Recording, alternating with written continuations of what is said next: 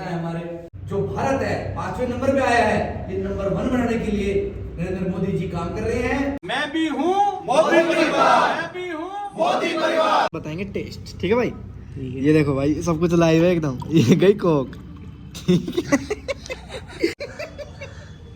एक भाई ये पीढ़ी है, देख ये बात ऐसे नहीं चलेगी ना।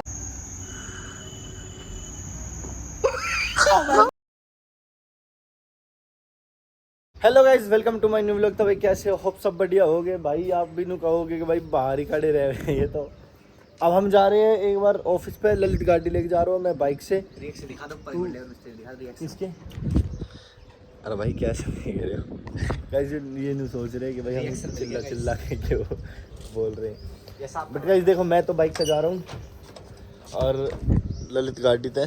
वो वाले शीशा खोल ले। देख गाड़ी कितनी गंदी कर रखी है। छोटू क्या के साफ करवा लीजिए, ठीक है? अब जा रहे भाई हम। और भाई कमेंट में बताना कटिंग कैसी लग रही है। मुझे तो अच्छी नहीं लग रही है। के कुछ भी ना ऑफिस पे हूँ। जो मैं एक्शन पे हूँ वो छाप तो नहीं आ सकता। सही है पैदल। और भाई अंकल सब भर चुके हैं। देखिए आगे चाहिए भाई, एक बार बालक दिखाया जा। ले नहीं बार मैं शर्म आया भाई।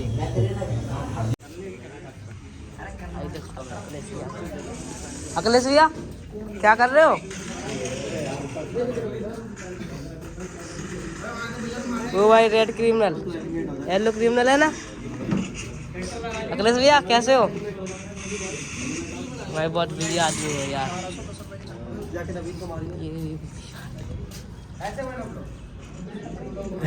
क्या कर रहे हो भाई? गेम खेल रहा है। कौन सा गेम है ये? फ्री फायर भाई। हाँ फ्री फायर भाई। कितने लेवल है भाई? इधर की तरफ है। हाँ मार मार मार। हाँ यो भाई तो वो देखो फिर हाथ उठा रहा है। वो हाथ उठा रहा है। बेटा ये अपनी छपरी वाली आ ले दिखा। इस पीछे सब बैठे यार, यहाँ सन्नी है। मैं व्लॉग में ले रहा हूँ तेरे से। हेलो गाइस, तो मैं कहना चाह रहा था कि तूने अभी गाइस आप सोच रहे होगे गाइस आप सोच रहे होगे ये भाई आया। सुन सुन सुन सुन मैं कह रहा हूँ, तू मेरे के कह रहा हो गाइस, बिना गाइस के बात करके दिखा। चल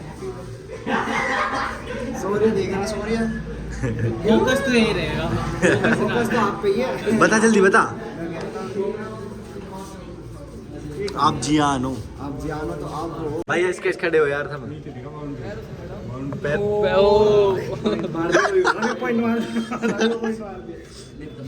सोचा तू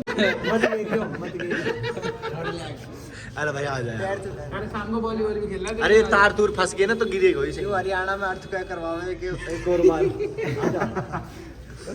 एक बार के लिए वो अंकल बच जाएगा, पर ये नहीं बचेगा।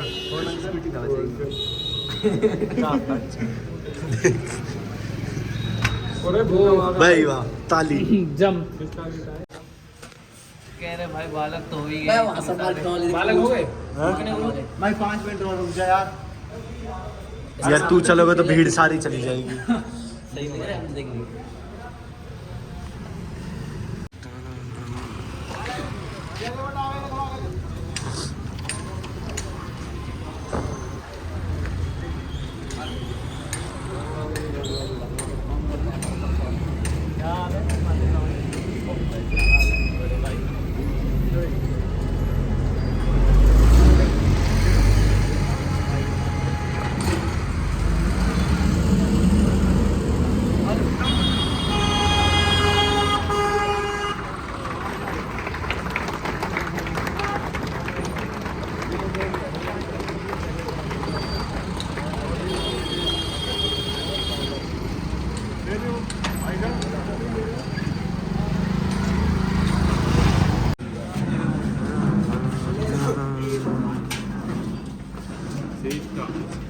चप्पल रहेगी।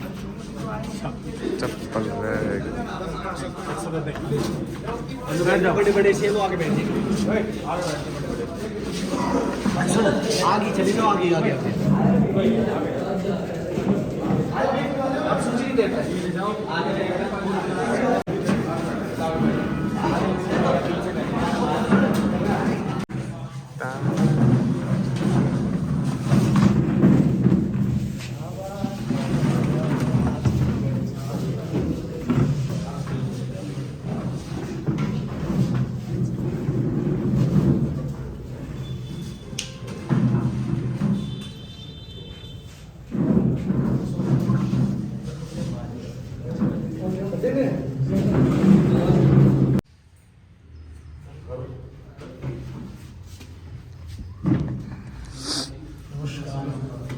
आज हमारे बीच में सामाजिक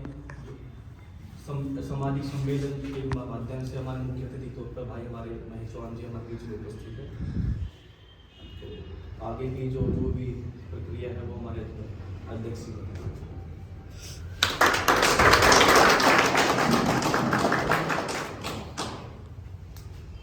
नमस्कार जी। नमस्कार। आप सब काफी समय से इंतजार कर रहे हैं मेरे ख्याल से। दो कार्यक्रम और थे। मंचासीन हमारे बड़े भाई महेश चौहान जी, दादरी प्रभारी प्रदेश कार्यकारिणी सदस्य, और आपकी सोहना विधानसभा से पार्टी से जनप्रतिनिधि बनने के लिए मांग कर रहे हैं। अगर पार्टी मौका दे तो भाई साहब का आशीर्वाद देने का आप लोग काम करेंगे। मेरी जिले की टीम में महामंत्री गजराज जी और हमारे जिले की टीम में पुराने साथी वेदपाल अधाना जी और आप सभी कार्यकर्ता बंधु। ये हर मंडल में ओबीसी समाज का सम्मेलन चल रहा है, सभी मंडलों में होना है। अभी हम अड़ू मंडल करके आए हैं, तो इस बार सूचना ज्यादा नहीं, कुर्सियां ज्यादा हैं, लोग गए अभी निकल के बहुत देर से हम अभी बुला रहे हैं बेटा। भाइयों, कुल मिला के बात यह है कि पहले तो आपका सबका निमंत्रण है। कल प्रधानमंत्री जी आपके गुरुग्राम में आ रहे हैं, बस हमारी आपके तो बस से अपनी गाड़ियों से बस और चाहिए तो भी बताना। आप सब आमंत्रित हैं और सौभाग्य है प्रधानमंत्री जी दूसरी बार गुरुग्राम लोकसभा में आ रहे हैं और दो बड़े प्रोजेक्ट दे रहे हैं। एक एम्स दे दिया, ये तैयार है, इसका उद्घाटन करने के लिए आ रहे हैं। 96 करोड़ की लागत से ये हमारा द्वारका एक्सप्रेस वे बनाया, जो प्रधानमंत्री जी और माननीय नितिन गडकरी जी की ड्रीम प्रोजेक्ट था।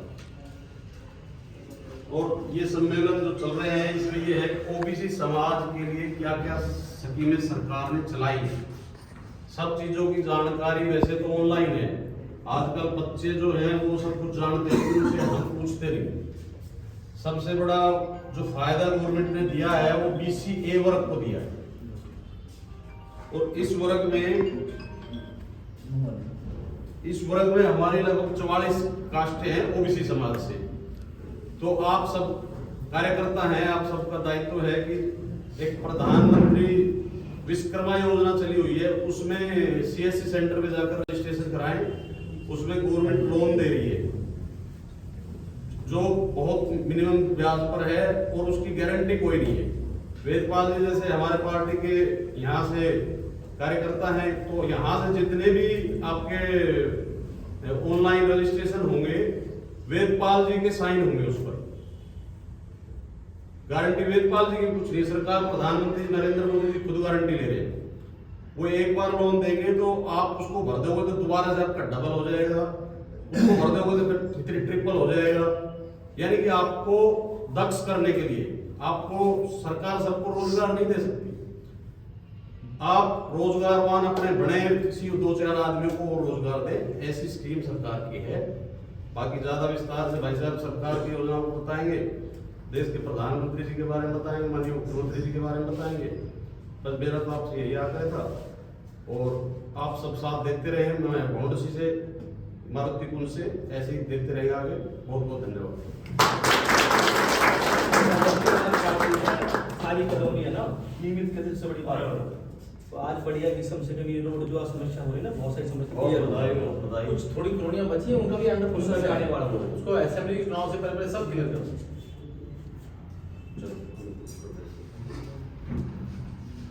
हमारे बीच में आज हमारे मुख्य अतिथि भाई महेश चौहान जी है, तो मैं निवेदन करूंगा भाई साहब अपना। बहुत बहुत धन्यवाद। आजकल मोदी जी को भी आपने सुना है कि मोदी जी मंच पे जाने के बाद के राम राम था, सबको राम राम राम राम। मोदी जी बार बार ये तो कह नहीं सकते कि भाई मैंने मंदिर बना दिया, तो राम राम का मतलब आप सभी को राम राम। हमारे ओबीसी मोर्चा के बहुत ही जुझारू बड़े भाई अध्यक्ष मेरे कृष्ण गुजर जी, मेरे युवा मोर्चा के छोटे भाई साथी गजराज जी, आदरणीय वेदपाल जी और सभी देवतुल्य कार्यकर्ता बंधुओं, आज भारतीय जनता पार्टी का कार्यकर्ता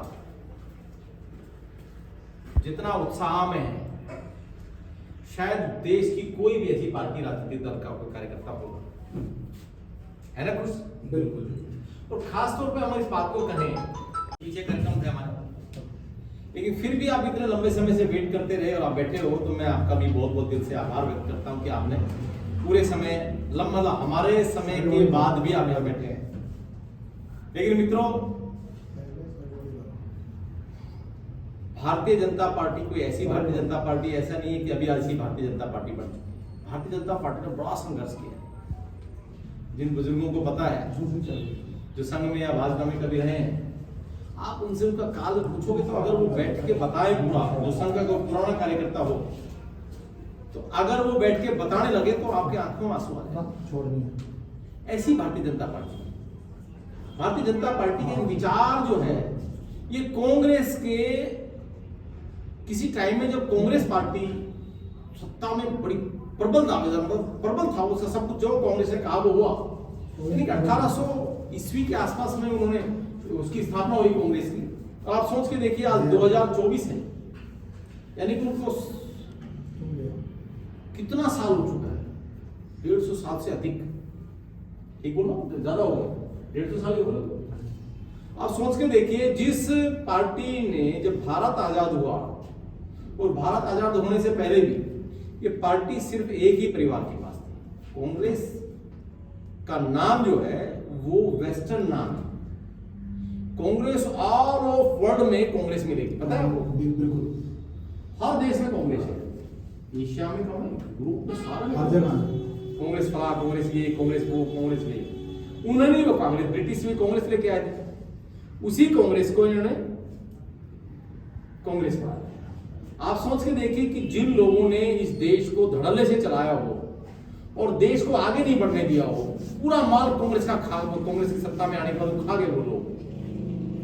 आज उन लोगों को, किसी को 50 साल हो गए, किसी को 60 साल हो गए, किसी को 30 साल हो गए, किसी को 40 साल हो गए, अब 10 साल से तो आप ही बैठे हैं।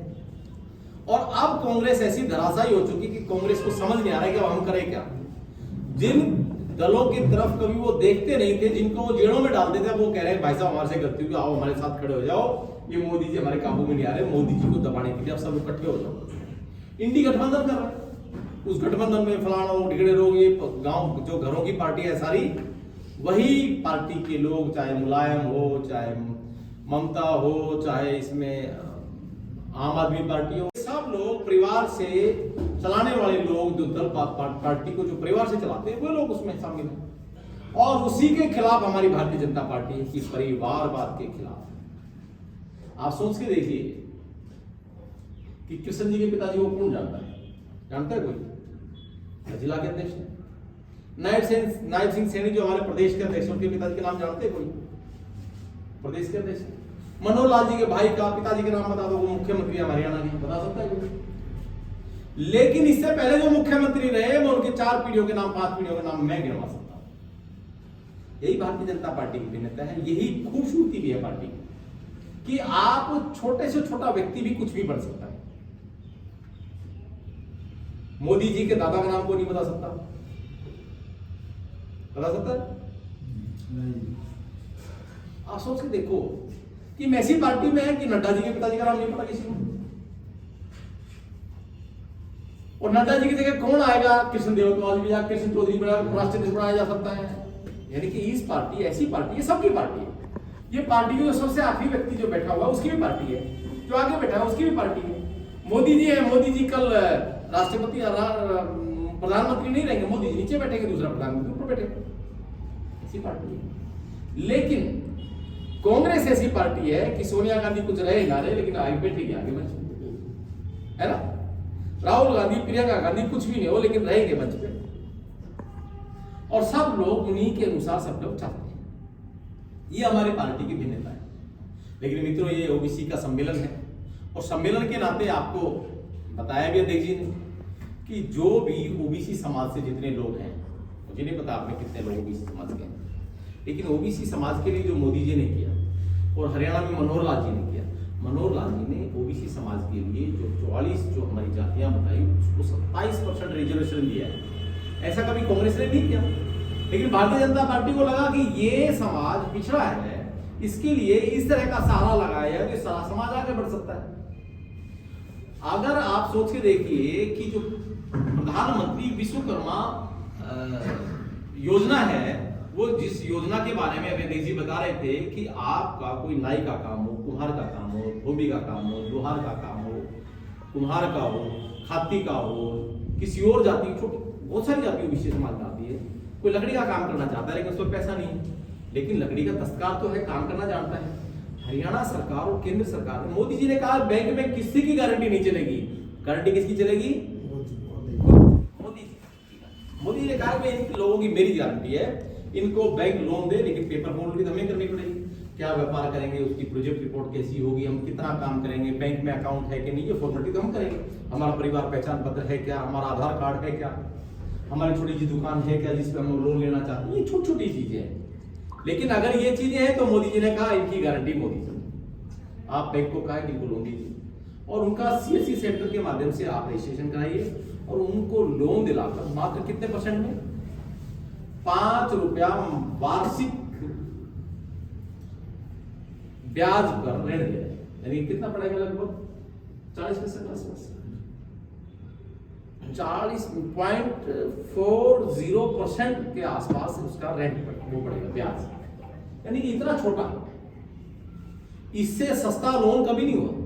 लेकिन क्या है कि वो 1 लाख रुपए को अगर वो भर दे टाइम से, जो इंस्टॉलमेंट आती है वो भर दे, तो सरकार उसको कहेगी मैं 2 लाख रुपए ये लो, आपने 1 लाख ये मांगा था, मैं 2 लाख और दे रहा हूं, अब व्यापार और बढ़ाइए। यानी कि आप सोच के देखिए कि हमारे देश से पहले जो देश आजाद हुए, वो देश की चौथी श्रेणी में, 5वीं श्रेणी में, 6ठी श्रेणी में, 3री श्रेणी में, 2री श्रेणी में, प्रथम श्रेणी में वो कैसे पहुंचे। आप सोच के देखिए, भारत जो है विश्व की 5वीं बड़ी अर्थव्यवस्था है, विश्व की 5वीं बड़ी अर्थव्यवस्था है। और 225 जब अटल जी की सरकार थी, तो अटल जी की सरकार जब 1999 में कांग्रेस जाकर अटल बिहारी वाजपेयी जी प्रधानमंत्री बने तो देश था 70वें स्थान पे। ये कैलकुलेशन हमारे देश की जनरेशन को पता होना चाहिए, और हम पढ़े लिखे लोग हैं, आप नया वर्ग जो है हर एक आदमी पढ़ा लिखा है, इनको पता होना चाहिए कि हमारा देश की स्थिति 2004 में हम 10वें स्थान पे थे, 1999 में हम 17वें स्थान पे थे। अटल बिहारी वाजपेयी जी ने 5 साल में ही इस देश को 7 स्टेप आगे कर दिया। और मनमोहन जी जो कांग्रेस के प्रधानमंत्री थे, वो उस समय वो कहते बहुत बड़े अर्थशास्त्री थे, वो ऐसा कहते हैं। लेकिन आप सोच के देखिए कि 2004 में ये देश 10वें स्थान पे था जब प्रधानमंत्री मनमोहन जी बने, और 2014 में जब प्रधानमंत्री बने नरेंद्र मोदी जी, जब भी 10 साल में ये देश 10वें स्थान पर ही था। ये हम सबके लिए समझने के लिए और समझाने के लिए बहुत बड़ा विषय है। लेकिन जब मोदी जी ने 2014 में स्थान, ये 10वें स्थान पर जब देश था तो लिया, तो आज हम 10 साल में कितने पायदान बढ़े? 5। अब आप सोच के देखिए, यानी कि जब हम क्रिकेट मैच खेलते हैं तो 40 टीम आती है, तो 40 टीम का बढ़ेंगे 20 टीम, 40 टीम आएंगी तो उसको 20 में खेलेंगे, आपस में बोलेंगे, तो कंपटीशन हल्का होता है। जब 20 में से जब 40 सीट आई और 20 टीम बनी, तो 20 में से 40 में से कितनी जीती?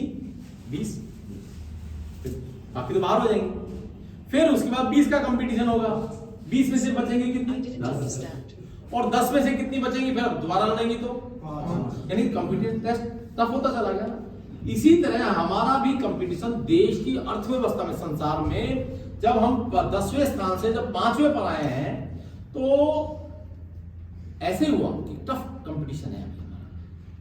हमारा देश आज जर्मन, जापान, अमेरिका और चाइना, ये 4 कंट्री हमारे से ऊपर है। हम बहुत जल्दी जर्मन को और जापान को पीछे छोड़ने वाले हैं। हमारी स्पीड क्या है? हमारे देश की स्पीड पता क्या है? जीडीपी ग्रोथ क्या है? ग्रोथ रेट है हमारी 7.28। और जापान की क्या है? जापान की है 3.2 कुछ कर, और जर्मन की क्या है 2.95। अब आप सोचो, एक गाड़ी चल रही हो 70 की स्पीड में और एक चल रही हो 30 की स्पीड में, तो 70 वाली कितनी पीछे होगी, पकड़ तो देगी उसको। यानी कि हमारे देश की आज आर्थिक दृष्टि से पूरा संसार आज क्राइसिस में है, आर्थिक संकट में है, लेकिन भारत आज आर्थिक संकट में नहीं है मित्रों। मैं इस उदाहरण के साथ इस बात को मैं पूर्ण करना चाहूंगा कि आप ये बताइए कि आज से 20 साल पहले किसके पास 4 पहिए की गाड़ी नहीं थी? बताओ, हाथ उठाओ। 20 साल पहले 2004 में जिसके पास 4 पहिए की गाड़ी नहीं थी वो हाथ उठाओ। कृष्ण भाई, और किसी के पास? सबके पास नहीं। 2020 साल पहले मैं ये तो कह रहा हूँ, बहस का विषय नहीं है। जिसके पास नहीं थी, हाँ, जिसके पास 2004 से पहले गाड़ी नहीं थी वो हाथ खड़ी करो, जो नहीं थी। नहीं थी, हाँ, जिस पे नहीं थी। हाँ, अब 2004 में जिसके पास गाड़ी थी वो हाथ उठाए। इसका मतलब ये है कि कुछ लोगों ने पहले हाथ नहीं उठाया था। कोई बात, बेटा तो 2004 का जन्म ही होगा।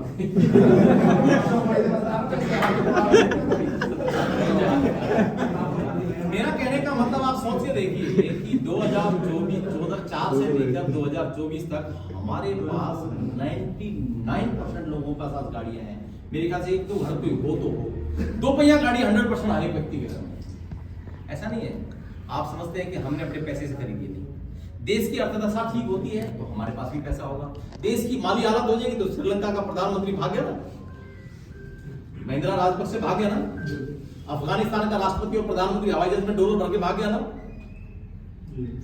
वेनेजुएला का राष्ट्रपति और प्रधानमंत्री भाग गया ना, और पाकिस्तान का भी भागने वाला है और पहले वाला भाग भी गया। कहने का मतलब मित्रों, अगर आपका राजा मजबूत है और राजा का खजाना मजबूत है तो उसका राज चलेगा। और खजाने पे चोर अगर चौकीदारी करेंगे तो कभी खजाना खाली होगा।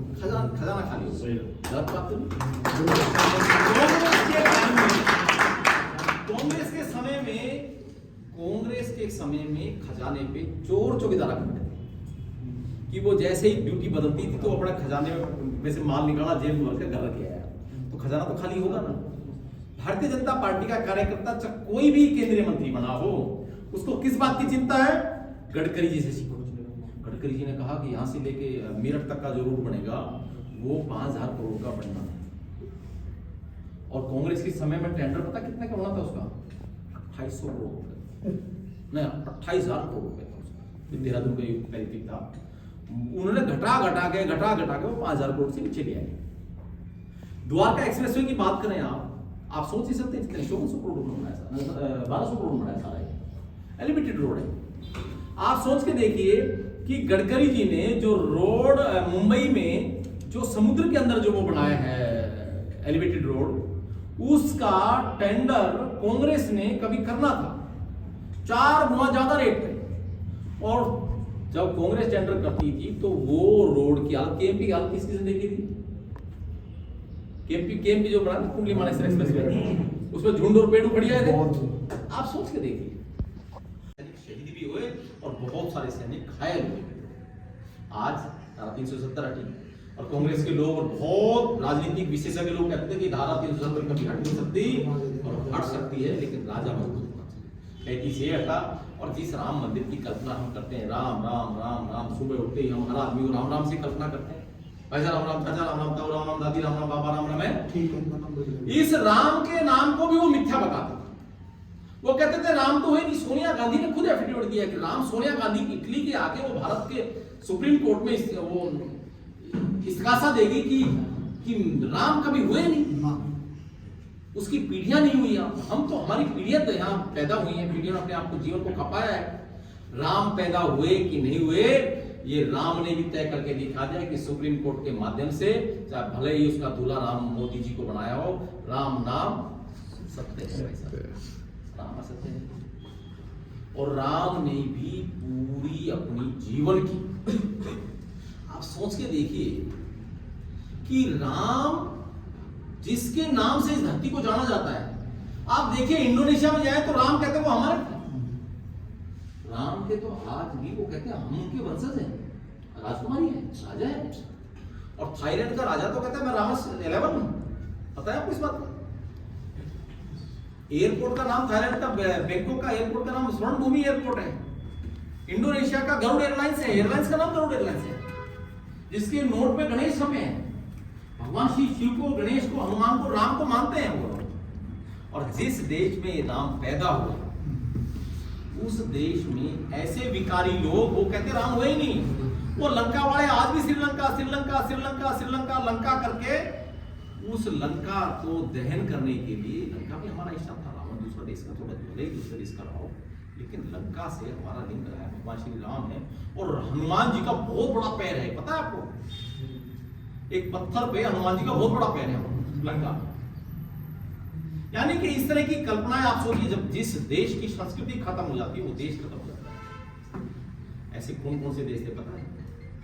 जिन देशों की संस्कृतियां खत्म हुई वो देश खत्म हो जाते हैं। हम अपने संस्कार खत्म करते हैं तो हम भी खत्म हो जाते हैं।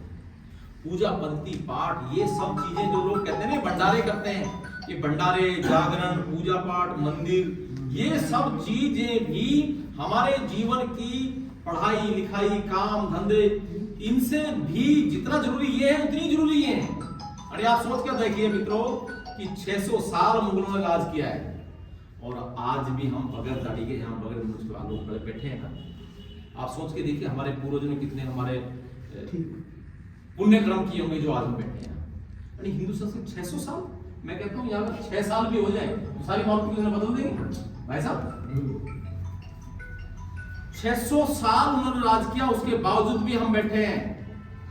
और जिस काशी की बात करते थे, आप मथुरा की बात करते थे, आप अयोध्या की बात करते थे, एक एक चीज को वापस लेके आएंगे। भारतीय जनता पार्टी का अंदर का संगठन दबा के कहता है कि हम सारी जो चीजें हैं हम उसी धारा में लाके छोड़ेंगे, चाहे हमें लग जाए साल 20 हो। और 20 साल लाने के लिए चाहे कुछ हो जाए मित्रों। देखो ये धर्म की बात मैं बताता हूँ, हो सकता है कोई आदमी मुझे बारे में बाद में जाके ये भी कह सकता है मेरे बारे में, ये तो धार्मिक बात करते हैं, फालतू फंड की बात। मित्रों आपको मैं एक गारंटी देता हूँ, मेवात में जाके देखो, मेवात के 84 गांव हिंदू विहीन हो चुके हैं। आपको पता है आपके बीच में 100 घर रह सकते हैं, मारुतिपुंज में 1000 गज हो, एक घर हो, रह सकते हैं। आप मेवात में एक आदमी रह के दिखा दो, मैं गारंटी दे दूं जिस गांव में 100 घर है, आपके 50 घर हो, आप रह के दिखा दो, मेरी गारंटी। क्योंकि हमारा हिंदू धर्म उदारवादी है, हम उदारवादी हैं। हम हर एक आदमी को जी और जीने दो की परिभाषा सिखाते हैं। अगर हमारी बच्ची को वो कोई छेड़ दे और उनका बुजुर्ग देख ले, उसको कुछ नहीं कहेगा। हमारा बुजुर्ग किसी उनकी बेटी को छेड़ते हुए हमारा किसी को देख लेगा तो हमारा बुजुर्ग उसको थप्पड़ मारेगा, 4 बात सुनाएगा। बेटियों की कीमत हमारे देश की संस्कृति में, हमारे धर्म की संस्कृति, हमारे सनातन के धर्म में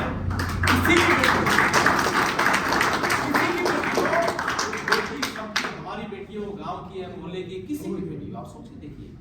हमने ऐसे ऐसे काम देखे, हम तो बहुत सारे ऐसे काम देखे, सब बस गाँव में पीछे। तो मेरा कहना मतलब ये है कि आज इस बात को आप समझ के चलिए कि मित्रों की भारतीय जनता पार्टी जैसी पार्टी आप नहीं है। देखो कितने घंटे आपने वेट भी हमारा किया, लेकिन आपको भी लोगों से बहस करनी पड़ेगी। मोदी ही क्यों?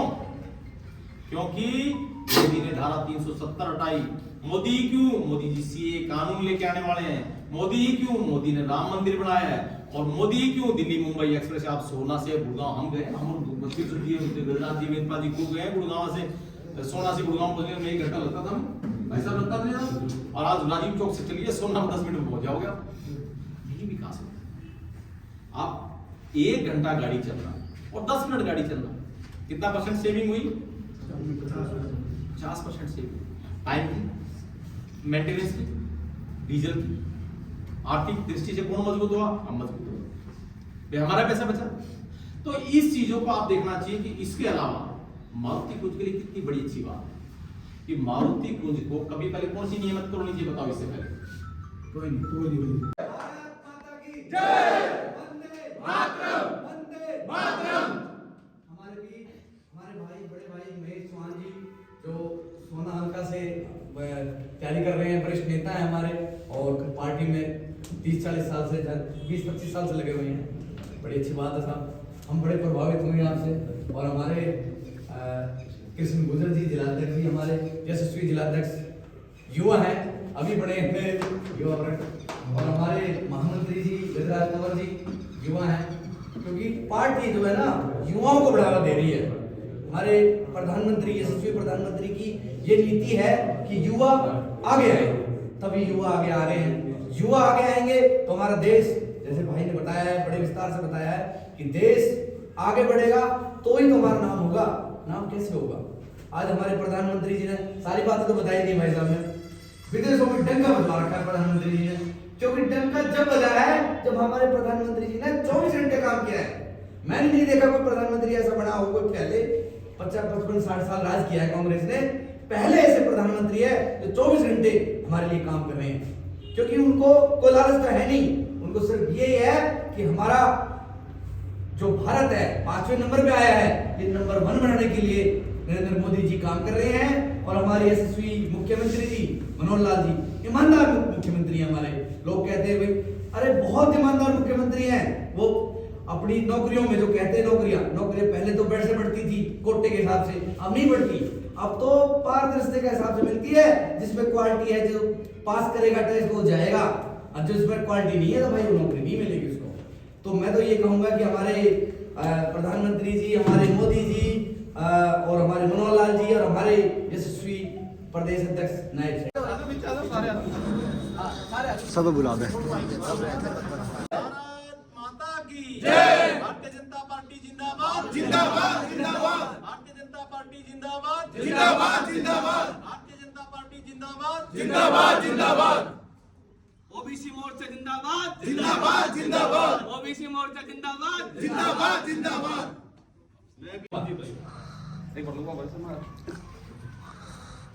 मैं भी हूँ मोदी परिवार, मैं भी हूँ मोदी परिवार, मैं भी हूँ मोदी परिवार। मेरा परिवार मोदी परिवार, मेरा परिवार मोदी परिवार, मेरा परिवार मोदी परिवार।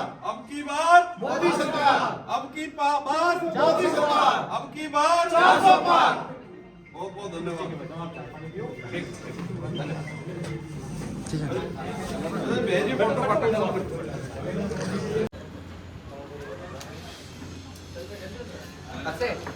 ठीक है भाई, थैंक यू भाई।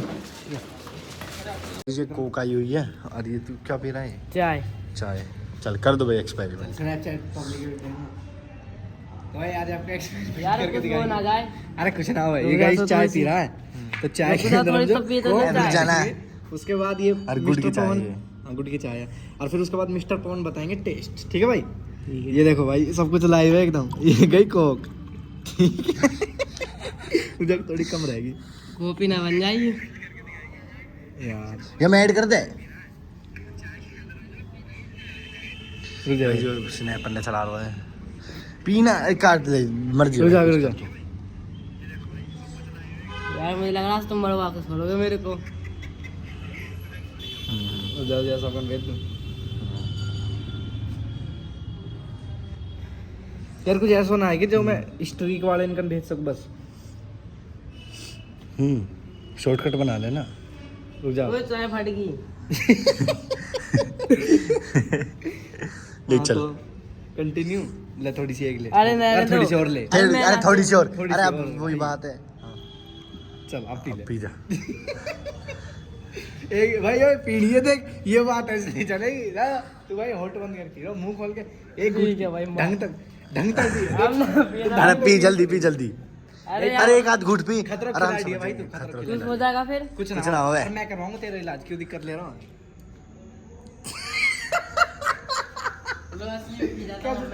पी जा पी जा।